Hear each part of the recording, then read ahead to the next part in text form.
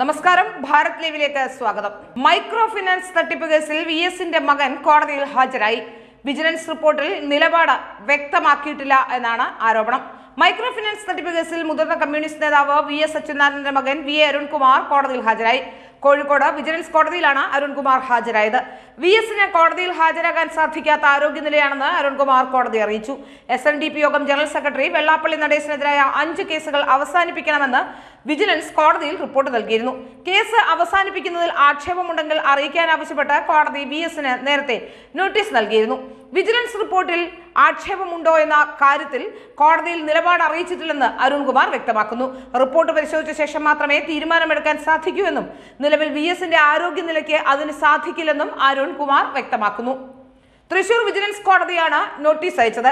ഉന്നതരുടെ സഹായത്തോടെ SNDP ശാഖകൾ വഴി 15 കോടിയിലധികം രൂപയുടെ ക്രമക്കേട് നടത്തിയെന്നായിരുന്നു VSന്റെ പരാതി. ഇതുകൂടാതെ പിന്നോക്കക്ഷേമ കോർപ്പറേഷനിൽ നിന്നെടുത്ത വായ്പ ഉയർന്ന പലിശ നിരക്കിൽ നൽകി തട്ടിപ്പ് നടത്തിയതായും പരാതിയിൽ ആരോപണമുണ്ടായിരുന്നു. സംസ്ഥാനത്താകെ ഇതുമായി ബന്ധപ്പെട്ട് വിജിലൻസ് അന്വേഷിച്ച 124 കേസുകളിൽ 5 കേസുകൾ റദ്ദ് ചെയ്യാനാണ് തീരുമാനമായത്. 54 കേസുകളുടെ അന്വേഷണം അവസാന ഘട്ടത്തിലുമാണ്. വായ്പയായി നൽകിയ പണം സർക്കാരിലേക്ക് തിരിച്ചടച്ചുവെന്നും പണം താഴെത്തട്ടിലേക്ക് കൈമാറിയതിൽ ക്രമക്കേട് കണ്ടെത്താനായിട്ടില്ലെന്നുമാണ് വിജിലൻസ് കോടതിയെ അറിയിച്ചത്. ഏതായാലും വെള്ളാപ്പള്ളി നടേശനെ സംബന്ധിച്ചിടത്തോളം വളരെ നിർണായകമായ ഒരു സംഭവം തന്നെയാണ്. ഏതാണ്ട് 124ഓളം വിജിലൻസ് കേസുകൾ നടക്കുന്നുണ്ട്.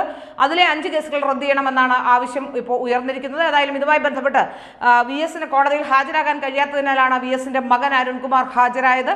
ഏതായാലും ഇതുമായി ബന്ധപ്പെട്ട് കൂടുതൽ തീരുമാനങ്ങൾ ഉടനെ തന്നെ ഉണ്ടാകുമെന്നാണ് മനസ്സിലാക്കാൻ സാധിക്കുന്നത്.